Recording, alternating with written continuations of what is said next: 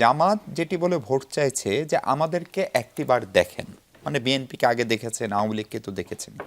ফলে এইটা বলার সঙ্গে সঙ্গে কি এইটা প্রতীয়মান হয় না যে আমরা আসলে নতুন বা আমরা নবীন রাষ্ট্র পরিচালনায়, বিএনপিতে একাধিকবার রাষ্ট্র ক্ষমতায় ছিল, ফলে সেইটাকে আসলে জামাতের জন্য কখনো কখনো বুমেরাং হয় কিনা, কেউ যদি অভিজ্ঞতা সম্পন্ন দলকেই প্রায়োরিটি দেয়, সেটি একটি কথা। এবং সেই সঙ্গে যে কথা সেটা হচ্ছে যে এই ভোটকে বিতর্কিত বা বাধাগ্রস্ত করার চেষ্টা আসলে জামায়াত করছে কিনা, বা করলে তাদের লাভটা কি। জি, অসংখ্য ধন্যবাদ মিশু ভাই চমৎকার প্রয়াসে অন্তর্ভুক্ত করার জন্য। সাথে আমার দুজন সহ প্যানেলিস্ট, ওনাদেরকে শুভেচ্ছা জানাচ্ছি এবং দর্শকদেরকে শুভেচ্ছা জানাচ্ছি।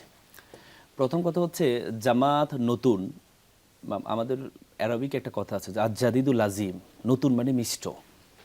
যারা আপনি এ পর্যন্ত আমরা 54 বছর অনেক দলকে দেখেছি, বলা হচ্ছে জামাতকে একটু দেখার জন্য। বেগম জিয়া 91 ইলেকশনে কিন্তু নতুন ছিলেন, গৃহিণী থেকে রাজনীতিতে আসছেন, মানুষ কিন্তু নতুনকে পছন্দ করে নিয়েছিলেন যে বেগম জিয়া নতুন কিছু করতে পারবেন। সে সময় আমরা দেখেছি 91 ছিল না ছিল, কিন্তু এই যে রাজনীতিতে নতুন, ক্ষমতায় নতুন, একটা গৃহিণী থেকে প্রধানমন্ত্রী হওয়া সহজ বিষয় নয়। সেদিন কিন্তু প্রশ্ন অনেকে আওয়ামী লীগের থেকে প্রশ্ন তুলেছিল, একটা গৃহিণী থেকে প্রধানমন্ত্রী হবে, যে কখনো কোনো প্রোগ্রামে, জিয়াউর রহমান সাহেবের সাথে কোনো প্রোগ্রামও যেতেন না। বর্তমান তারেক রহমান সাহেবের যেভাবে জোবাইদুর রহমান যায়, কিন্তু উনি যেভাবে চুপচাপ, ওই দিন দেখলাম এক জায়গায় ঘোষণা দিয়ে দিলেন যে বক্তব্য দিবেন জোবাইদুর রহমানকে তারেক রহমান নিষেধ করলেন। আপনারা দেখেছেন মনে হয়। তার মানে একটা গৃহিণী থেকে উনি প্রধানমন্ত্রী হবে, তখন আওয়ামী লীগ থেকে ন্যারেটিভ তৈরি করা হয়েছে যে কিছু সে তো পড়াশোনাই করে নাই, পারবে না, তাকে দিয়ে হবে না, কিছু হবে না। হ্যাঁ, কিন্তু পরবর্তীতে আমরা দেখেছি যেখানে আওয়ামী লীগের পক্ষ থেকে পুরো দল, মানে ক্যাবিনেটে কে কে হবে সব কিছু নির্ধারণ করে ফেলেছেন। কিন্তু এরপরে আমরা কি দেখেছি? আপনি তারেক রহমান সাহেবের সাথে দেখেন, তারেক রহমান সাহেব কি এমপি ছিলেন না। তো তাহলে আপনি যদি বলেন উনি কি বলে নতুন, আমি বলবি না, এটা নতুন না, অভিজ্ঞতা তো কম না।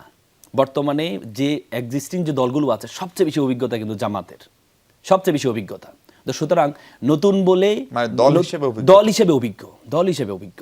এই জন্য জামাতের কথা হচ্ছে যে আমাদেরকে তো এই 2001 সালে মাত্র 2জন মন্ত্রী দেখেছেন, 2জন মন্ত্রী প্রমাণ করেছে তারা যোগ্য। আগে বলা হতো মোল্লাদ্দর মসজিদ পর্যন্ত, মোল্লারা দিয়ে মসজিদ চলবে, ক্যাবিনেট চলবে না, মোল্লাদের দিয়ে কখনো রাষ্ট্র চলবে না।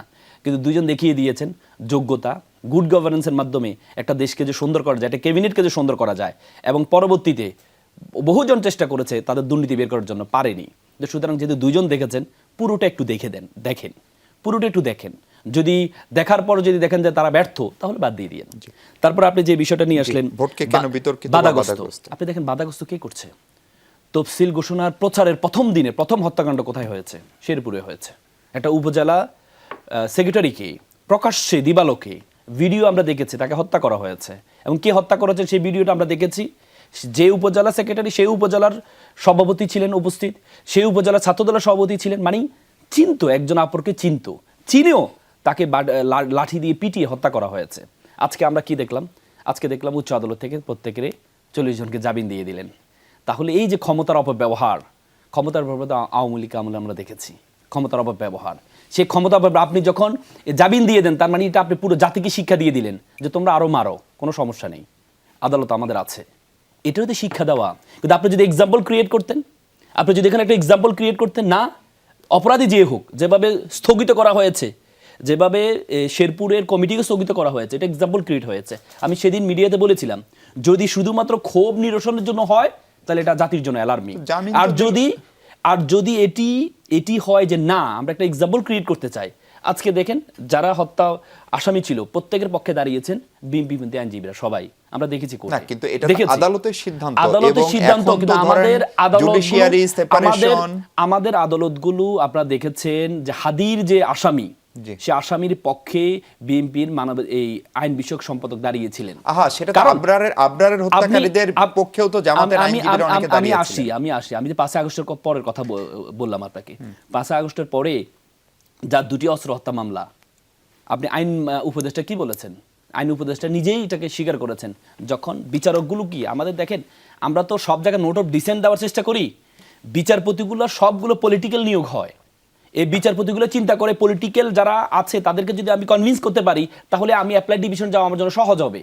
এই জন্য সেপারেশন, এই জন্যই দরকার হচ্ছে এই যে আমরা যে সংস্কারগুলো জুডিশিয়াল কাউন্সিল থাকবে, সেখানে বিচারপতি নিয়োগ হবে, জ্যেষ্ঠ বিচারপতি প্রধান বিচারপতি হবে, কিন্তু সেই যে মৌলিক জায়গাগুলোতে নোট অফ ডিসেন্ট কিন্তু বিএনপি দিয়েছে। ভাই এই 18 মাস দিয়েছে। ধরে তো এখন সেই সংস্কারই করা হলো আমি রাসেল। যাক, আমি ওইটাতে যাচ্ছি না, আমি যেটা যাচ্ছি, আপনি দেখেন আমাদের কুমিল্লা 14 গ্রামে ডাক্তার শফিকুর আপনি রহমান 10 সাহেব সেকেন্ডে শেষ করেন। ডাক্তার শফিকুর রহমান সাহেব গিয়েছেন, সমাবেশে যাওয়ার পথে সেখানে শিবিরের সভাপতি, উপজেলা সভাপতির উপর গুলি করা হয়েছে সমাবেশ থেকে যাওয়ার পথে। তার মানে তাহলে কি শিক্ষা দিচ্ছে, কি শিক্ষা? আজকে টিএবি যে রিপোর্ট, আপনি রিপোর্টে কি দেখেছেন? 600টার মধ্যে 510টাই 91% সহিংসতার সাথে জড়িত। তো তাহলে আপনি যদি আগের মতো শেখ হাসিনার আমলের মতো আপনি যদি ফ্যাসিস্ট হয়ে যান, তাহলে এই নতুন বাংলাদেশের জন্য ইটস ভেরি অ্যালার্মিং। তার মানে আপনি বলছেন যে বিএনপি নির্বাচন বাধাগ্রস্ত করার অবশ্যই চেষ্টা আপনি করছে। তো আলামত দেখবেন। জি, আপনি জি। যখন সারা বাংলাদেশে আলামত দেখবেন, আমি মনে করি জামাত এখানে ডিফেন্সিভ খেলছে। জামাত সব জায়গায় ডিফেন্সিভ খেলছে, Defensive খেলছে। আক্রমণ করছে, জি। ডিফেন্স করছে, আক্রমণ করছে, ডিফেন্স খেলছে।